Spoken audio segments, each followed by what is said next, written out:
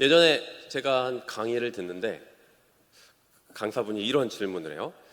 건강한 교회란 어떤 교회일까요? 건강한 교회란 어떤 교회일까요? 여러 가지를 얘기를 할 수 있겠죠. 건물이 큰 교회, 여러 가지 프로그램이 진행되는 교회, 사람들이 많이 왔다 갔다 하는, 사람들이 많이 출석하는 교회, 그런 교회가 건강한 교회일까요? 아닐 것 같습니다. 그래서 그 강사는 이 건강한 교회를 이렇게 정의하더라고요. 첫 번째는 예배의 감격이 있는 교회, 깊이 있는 기도가 있는 교회, 말씀을 가까이 하는 교회, 이게 건강한 교회다. 우리 강성교회는 건강한 교회 맞는 것 같나요? 아멘, 맞습니다. 저는 저와 여러분이 더 건강한 교회가 되기를 위하여 힘쓰는 저와 여러분이 되기를 축복합니다. 더더욱 예배의 감격이 있기를 축복합니다. 더 깊은 기도가 퍼지는 강석교회가 되기를 축복합니다. 말씀을 지금보다 더 가까이 하는 저와 여러분이 되기를 주님의 이름으로 축복합니다. 그렇게 우리가 더 아름답고 건강한 교회를 같이 하나가 되어 만들어갔으면 좋겠습니다. 그를 위하여 같이 협력하며 마음을 다하여 기도해 주십시오. 오늘 본문을 보면은 엘리와 그 두 아들인 홈니와 비느하스 이후의 이야기를 발견하게 됩니다. 여호와를 향한 제사는 있었지만 그 제사에는 진심이 없었습니다. 형식과 형태와 껍데기 있었지만 가장 중요한 진심은 없고 여호와를 향한 경외함조차 없는 시대. 제사장이란 직분이 있고 제사장이란 행동은 하지만 그것이 꼭 하나님이어서는 아니어도 되지 않을까라고 하는 형식에 치우쳐져 있는 그러한 시대. 엘리와 그 홈니와 엘리 제사장 그리고 홈니와 비느하스의 시대는 그러한 시대라고 소개해도 과언이 아닐 겁니다. 그러한 이스라엘 향하여 하나님은 분노하셨고 징계와 질책을 하셨습니다. 그래서 블레셋과의 전투를 허락하셨고 결국에는 이 이스라엘이 언약궤를 앞세워 언약궤를 가지고 와 언약궤를 앞세우기까지 하며 이 전쟁을 준비하였지만 결국 이 전쟁은 패배하였고 치욕적으로 이 언약궤까지 빼앗기게 되었습니다. 물론 그렇다고 해서 하나님이 이스라엘을 계속 영원히 아예 버려두고 내팽개치신 것은 아닙니다. 블레셋에서 약 7개월의 유랑 생활 끝에 이 법궤는 본인의 힘으로 여호와 하나님 본인의 힘으로 다시 이스라엘 지역으로 돌아오게 됩니다. 물론 이스라엘의 국가의 종교 중심지 안까지 실로이라는 중심부까지 들어온 것은 아니지만 약 20여 년 동안 기럇 여아림이라는 이스라엘 경계의 국경 경계에 있는 지역에 이 법궤는 안착하여서 20년이라는 시간이 지났습니다.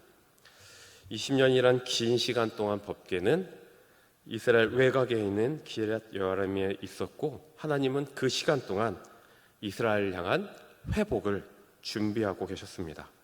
7장 2절에 보면은 궤가 기럇 여아림에 들어간 지 날부터 20년이 되었다고 했고 그렇게 오랜 시간 동안 이스라엘은 여호와를 사모하였다라고 기록하고 있습니다. 여기서 사모하였다는 것은 원어적으로 직설적인 표현은 애통하다라는 표현이 더 맞습니다. 그러니까 이 20년 동안 긴 시간 동안 법궤가 외곽 지역에 있는 기럇 여아림이라는 국경 외곽 쪽에 있는 그 지역 동안 이스라엘은 그 안에 회복을 준비하며 이스라엘 백성들이 하나님 여호와 하나님을 애통해하며 찾기 시작했다라는 거죠. 아마 이것은 이스라엘 백성들이 법궤나 여호와 하나님과의 관계의 끊어짐에서 오는 그런 애통함이라기보다는 블레셋과의 전투에서 패배하였다라는 법궤까지 갖고 왔는데 패배하였다라는 그런 치욕, 거기서 오는 좌절감, 그리고 그렇기 때문에 어찌할 바를 모으며 그래도 나의 하나님이라는 그런 명목 속에 여호와 하나님을 찾는 그러한 애통함이 아닐까 생각해보게 되어지는 거죠. 하지만 상관없습니다. 하나님은 그러한 애통함을 가지고 이스라엘 백성들이 회복의 첫 단추를 꿰기 시작하였다라는 거죠. 그렇게 준비된 상황 속에서 오늘의 주인공이라고 할 수 있는 사무엘이 등장합니다. 사무엘은 이스라엘 백성들을 모으고 본격적으로 회복을 그리고 회개를 시작하기 시작하죠. 그렇게 이스라엘 백성들을 향한 회복의 첫 단추의 주인공인 사무엘이 등장하게 됩니다. 사무엘은 미스바에 사람들을 모으기 시작합니다. 그리고 그가 한 것이 무엇입니까? 3절서부터의 말씀을 보면 사무엘이 이스라엘 온 족속에게 말하여 이르되 만일 너희가 전심으로 여호와께 돌아오려거든 이방 신들과 아스타롯을 너희 중에 제거하고 너희 마음을 여호와께로 향하여 그만을 섬기라. 그리하면 너희를 블레셋 사람들의 손에서 건져내리라. 이에 이스라엘 자손이 바알과 아스타롯을 제거하고 여호와만을 섬기니라.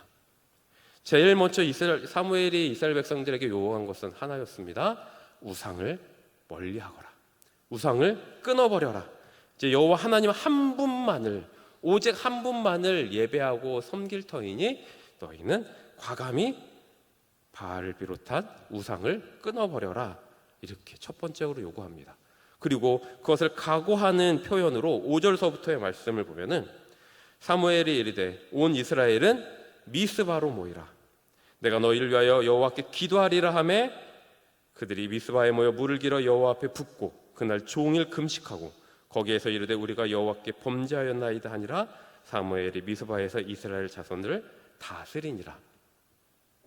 사무엘은 이 우상을 끊어버릴 것을 첫 번째로 요구하고 두 번째로 요구한 것은 모이기를 요구했습니다. 어디로 모입니까? 미스바로 모입니다.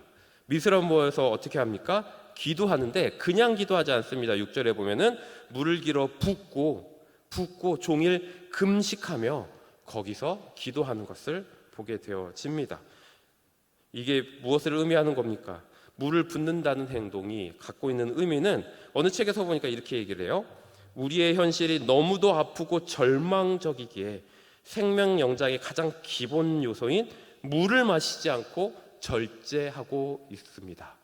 그러니까 물이라는 것은 사실 음식보다도 더더욱 기본이 되고 기초가 되는 생명을 연장하는 기본 수단인데 그것조차 나에게 내 입에 붓는 것이 아니라 하나님께 부어드림으로써 마지막 결단을 하는 거예요. 하나님, 더 이상 나의 생명을 돌보지 않습니다.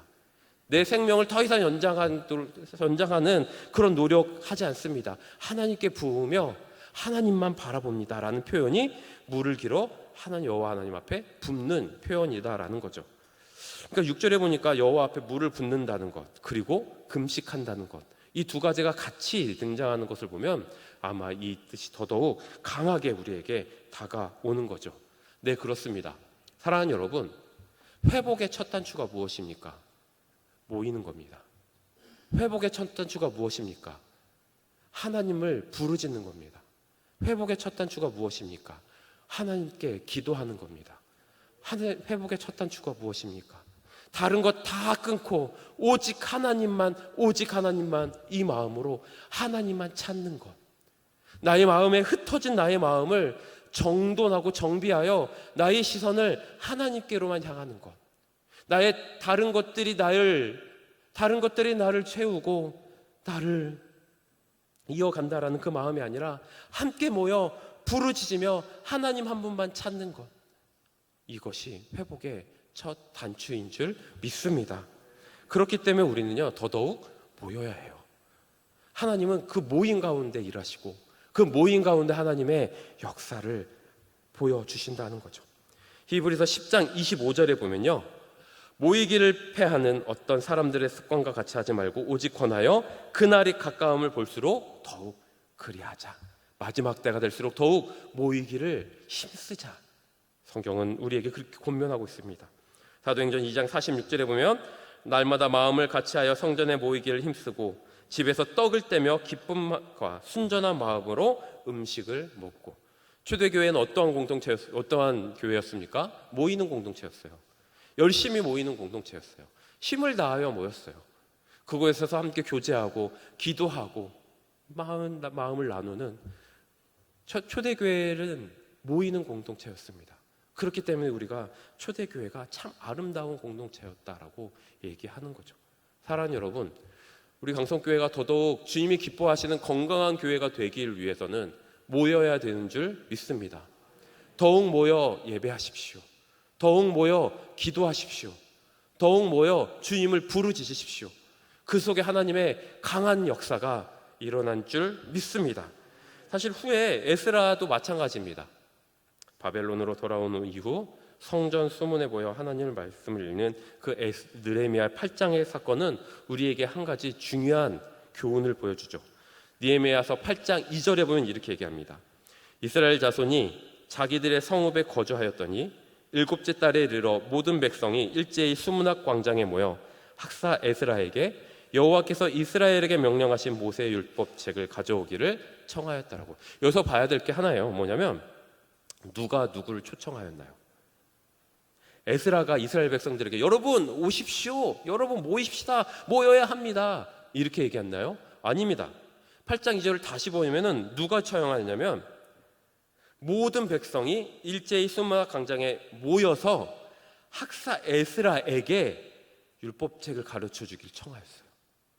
에스라가 여러분 수문학 광장에 모입시다, 우리 말씀을 나눠야 돼요, 모여주십시오 라고 한 것이 아니라 백성들이 에스라를 초청한 거예요.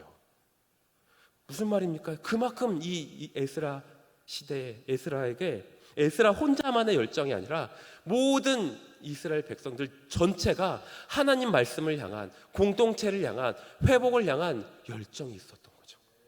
에스라 한 사람의 열정이 그들을 회복시킨 것이 아니라 공동체 전체가, 백성 전체가 하나님을 향한 갈급함과 하나님을 향한 부르짖음과 하나님을 향한 애달픔과 하나님을 향한 사모함이 있었던 것입니다. 사랑하는 여러분, 교회가 언제 회복됩니까? 우리 전체가, 우리 모두가 하나님을 향한 회복이 있을 때 가능합니다. 교회의 회복은 카리스마 있는 한 사람이 리더만 있을 때 가능한 것이 아닙니다. 리더 그룹이 열정을 갖고 막 끌고 갈 때만 되는 것이 아닙니다. 이와 함께 모든 성도들이 발맞추어 모입시다 했을 때 아멘 하면서 모이는 때, 예배합시다 할 때 아멘 예배할 때, 우리 기도해야 합니다 할 때 아멘 한번 불 붙여봅시다. 모든 성도들이 함께 거기에 같이 협력할 때 조그마한 불씨에 부채질이 되어 활활 타오르는 거죠. 사랑하는 여러분, 우리 강성교회가 회복될 그 비전 가운데 함께 해주시겠습니까? 대답이 제가 기대했던 대답의 크긴 이게 아닌데요. 사랑하는 여러분, 강성교회가 더더욱 건강한 교회, 부흥한 교회가 되어야 될 줄 믿습니다. 이를 위하여 함께 해주시겠습니까? 사랑하는 여러분, 더더욱 우리가 모여야 해요. 특히 우리가요, 공적 예배에 모이기에 힘써야 돼요. 주일 예배뿐만 아니라 주중 예배, 모든 공적 예배, 공적 모임 가운데 우리가 최선을 다해 모여야 돼요. 물론 기도가 주님이 골방에서 하는 기도도 있다 하지만 그 기도보다 더더욱 뜨거운 기도가 가능한 것은 함께 모여 기도할 때 가능한 거거든요. 서로가 서로의 기도에 때로는 도전이 되고 때로는 위로가 되고 때로는 협력이 되고, 그럴 때 나의 조그만 불씨가 붙고 모이고 모여서 더 크게 되는 거거든요. 사무엘은 얘기했어요. 블레셋의 그런 비참한 패배 이후에 법궤가 아주 저 멀리 있는 그런 치욕적인 상황 속에서 회복하기 위해서 모여야 되는구나. 사랑하는 여러분, 더더욱 모이기를 힘쓰는 저와 여러분이 되기를 주님의 이름으로 축복합니다. 물론 이렇다고 해서 아무 문제가 없었던 건 아닙니다. 함께 모였고 함께 기도하고 정말 열심을 다해 부르짖었으니 이제 문제가 없겠구나, 그들은 기대했을지 모르지만 아니었어요. 사실 그때가 적이 공격하기에 가장 좋은 때였던 거죠. 이스라엘 백성들이 미스바에 모였다 함을 누가 들었습니까? 블레셋이 들었습니다. 그리고 이 블레셋은 방백을 모으고 이 이스라엘을 공격해 옵니다. 사실 그렇습니다. 많은 장정들이, 많은 힘 있는 장정들이 미스바에 모였으니 블레셋은 이 미스바만 공격하면, 이 모인 사람들만 공격하면은 되겠구나. 그럼 이스라엘은 이제 끝이겠구나. 이스라엘 나라는 이제 흩어지고 전략적으로 군사적 중심이 되는 이 정쟁들만 없애버리면은 이스라엘은 완전히 망해겠구나. 아마 블레셋은 그렇게 생각했을지 모르겠어요. 그래서 이 블레셋은 사람들을 모으고 이 이스라엘을 공격하기 위하여 진격합니다. 그리고 7절 하반절에 보면은 그 소식을 듣고 두려워하는 것을 보게 되죠. 근데요, 그럴수록 이스라엘 백성들이 한 게 무엇입니까? 사무엘님, 당신 말대로 모였더니 위기가 오더랍니다. 뭡니까 이게? 따졌나요? 사무엘님, 아니 우리가 이렇게 모였으면 문제가 없어야죠. 이게 뭡니까? 이제 흩어집시다 이랬나요? 아닙니다. 그들은 뭐라고 했냐면 8절에 보니까 이스라엘 자손이 사무엘에게 이르되 당신은 우리를 위하여 우리 하나님 여호와께 쉬지 말고 부르짖어 우리를 블레셋 사람들의 손에서 구원하시게 하소서 하니. 전 여기서 이 한 단어가 참 감격스러워요. 반복적으로 등장한 단어, 우리. 사무엘, 당신의 하나님께 부르짖어 주십시오, 당신 기도해 주십시오 라고 얘기하지 않습니다. 이스라엘 백성들이 이제 하나가 되어 우리 하나님을 찾읍시다, 우리 하나님께 기도해 주십시오, 우리 하나님이 우리를 도와주실 것입니다. 그들은 이제 하나가 되어 한 하나님을 예배하기 시작했습니다. 한 하나님께 기도하기 시작했고 한 하나님께 도움을 구하기 시작하였습니다. 그럴 때 무슨 일이 일어납니까? 기적이 일어나요. 하나님은 이스라엘 백성들을 향하여 약속하신 그 약속을 이루어주기 시작한 거죠. 사실 이것은요 하나님의 약속이기도 해요. 3절에 보면 뭐라고 얘기하냐면 사무엘이 이스라엘 온 족속에게 말하여 이르되 만일 너희가 전심으로 여호와께 돌아오려거든 이방신과 아스타롯을 너희 중에 제거하고 너희 마음을 여호와께로 향하여 그만을 섬기라. 그리하면 너희를 블레셋 사람들의 손에서 건져내리라. 하나님이 약속하셨습니다. 너가 진심으로 전심으로 하나가 되어 날 찾으면 다른 우상 다 너희가 의지했던 너희가 바라봤던 것도 다 끊어버리고 나만 바라보면 내가 블레셋 사람들의 손에서 너희를 건져낼 것이다. 그리고 하나님은 그 약속을 신실히 지키셨습니다. 그 위에 무슨 일이 일어납니까? 사무엘이 하나님께 온전히 기도했을 때 이스라엘 백성들은 전쟁할 필요도 없었어요. 하나님 직접 그들에게 우박과 우레를 발하여서 이 블레셋 군사들을 다 흩으셨죠. 하나님을 의지했더니, 하나님을 전심으로 찾는 그 공동체가 이루어졌더니 회복되어 온전히 하나님만 예배하고 온전히 하나님만 찾고 온전히 하나님만 부르짖었더니 그 공동체의 기도를 하나님이 들어주시더라고요. 그 공동체를 향한 하나님의 약속을 하나님이 잊지 않으시고 이루어 주시더란 겁니다. 위기가 기회가 됐어요. 웬걸 위기가 기회가 됐어요. 후에 히스기야도 동일한 경험을 하는 것을 보게 됩니다. 열왕기하 19장에 보면은 아수의 사네립이 대군을 이끌고 예루살렘을 공격하기 위하여 옵니다. 사네립은 이 히스기야에게 편지를 써가며 이 이스라엘의 하나님을, 히스기야를 조롱합니다. 그때 열왕기하 19장 14절서부터의 말씀을 보니까요, 히스기야가 사자의 손에서 편지를 받아보고 여호와의 성전에 올라가서 히스기야가 그 편지를 여호와 앞에 펴놓고 그 앞에서 히스기야가 기도하여 이르되 그룹들 위에 계신 이스라엘의 하나님 여호와여, 주는 천하 만민의 홀로 하나님이시라. 주께서 천지를 만드셨나이다. 여호와여 귀를 기울여 들으소서. 여호와여 눈을 떠서 보시옵소서. 사네립이 살아계신 하나님을 비방하러 보낸 말을 들으시옵소서. 위기입니다. 사네립이라는 막강한 군대가 이스라엘 예루살렘을 포위했을 때 히스기야가 한 건 하나예요. 그것 가지고 성전에 갑니다. 하나님을 예배하는 그 예배처소 성전에 가서 펼쳐놓고 하나님께 이르는 거예요. 하나님, 쟤네들 날 공격하고 있어요. 쟤네들 날 괴롭히고 있어요. 쟤네들이 날 힘들게 하고 있어요. 하나님께 이르는 거예요. 전략을 짜지 않습니다.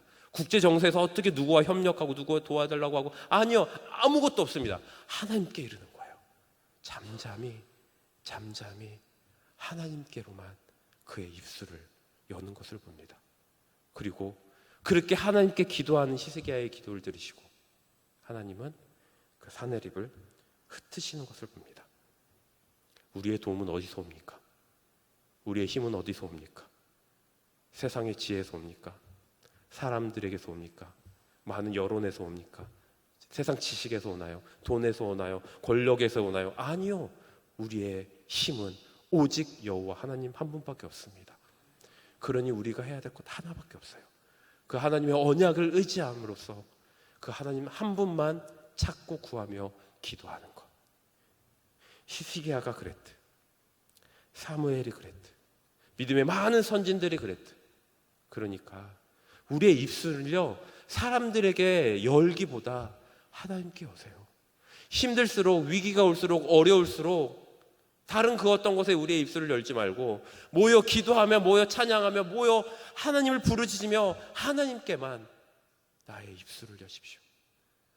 그렇게 온전히 하나님만 의지할 때, 바알도 아닙니다, 아세라도 아닙니다, 세상 그 어떤 것도 아닙니다, 오직 하나님만 의지하며 하나님께만 기도할 때 하나님은 능력을 발하여 주십니다. 우리는 지금 무엇을 보고 있습니까? 우리의 삶 속에 어려움이 있죠. 우리의 삶에 아픔이 있습니다. 그것을 해결하기 위해서 저와 여러분 지금 무엇을 보고 계시나요? 어디에 우리의 손과 입을 열고 계시나요? 사무엘처럼, 히스기야처럼 하나님께만 입을 열어야 될 우리의 입이, 하나님만 바라봐야 될 우리의 시선이, 하나님께로만 뻗어야 될 우리의 손이 지금 어디를 보고 있나요? 우리의 도움은 하나님 한 분밖에 없습니다. 우리의 위로와 회복은 하나님 한 분밖에 없음을 믿습니다. 저와 여러분이 그러한 사무엘과 같은 믿음으로, 위로와 회복된 믿음으로 주님 앞에 서 있는 저와 여러분이 되기를 주의 이름으로 축복합니다. 그럴 때 역전이 일어나는 거예요. 사실 이 오늘의 기적의 장소인 이 에베네셀은요, 오늘 처음 등장하는 본문이 아닙니다. 블레셋과의 전투에서 승리한 이 이스라엘은 기념하여 어디까지 가냐면 이 에베네셀 지역까지, 돌단사사 에베네셀이라는 지역까지 가는데요, 정확하게 이 사무엘상에서 에베네셀이 처음 등장하는 것은 사무엘상 4장입니다. 사무엘상 4장 1절부터 말씀을 보면, 사무엘의 말이 온 이스라엘에 전파되니라. 이스라엘은 나가서 블레셋 사람들과 싸우려고 에베네셀 곁에 진치고 블레셋 사람들은 아바에게 진쳤더니 블레셋 사람들이 이스라엘에 대하여 전열을 벌이니라. 그들이 싸우다가 이스라엘이 블레셋 사람들을 앞에서 패하여 그들에게 전쟁에서 죽임을 당한 군사가 4,000명 가량이라. 사무엘상 4장은 블레셋과의 첫 번째 전투입니다. 블레셋 전투에서 이 블레셋이 처음 진쳤던 장소가 바로 1절에 보면, 4장 1절에 보면 에베네셀 근처입니다.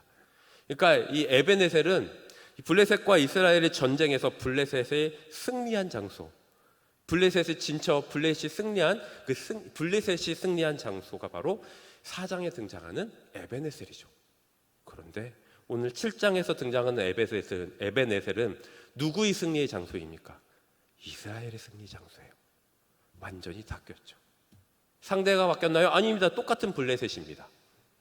아니, 블레셋의 군사가 조금 줄었을까요? 아니요. 당시 블레셋은 여전히 막강한 군사력을 가지고 있는 그러한 나라입니다. 상대도 똑같습니다. 장소도 똑같습니다. 그럼 도대체 무엇이 달라졌길래 이 4장에서의 에베네셀은 이스라엘의 치욕의 장소요, 패배의 장소인데 7장에서 에베네셀은 승리의 장소요, 환호의 장소가 될 수 있었던 걸까요? 도대체 무엇이 차이인가요? 중요한 차이는 하나입니다.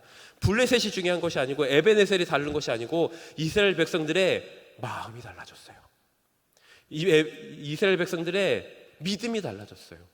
이 이스라엘 백성들의 부르짖음이 달라졌어요. 그래서 이스라엘 백성들이 달라졌더니 과거의 패배의 장소가 지금 승리의 장소로 완전히 역전되었던 거죠. 회복의 첫 단추가 뭘까요? 막 달라지고, 교회가 달라지고, 사람이 달라지고, 환경이 달라지고, 뭐 지역이 달라지고, 이런, 아니요.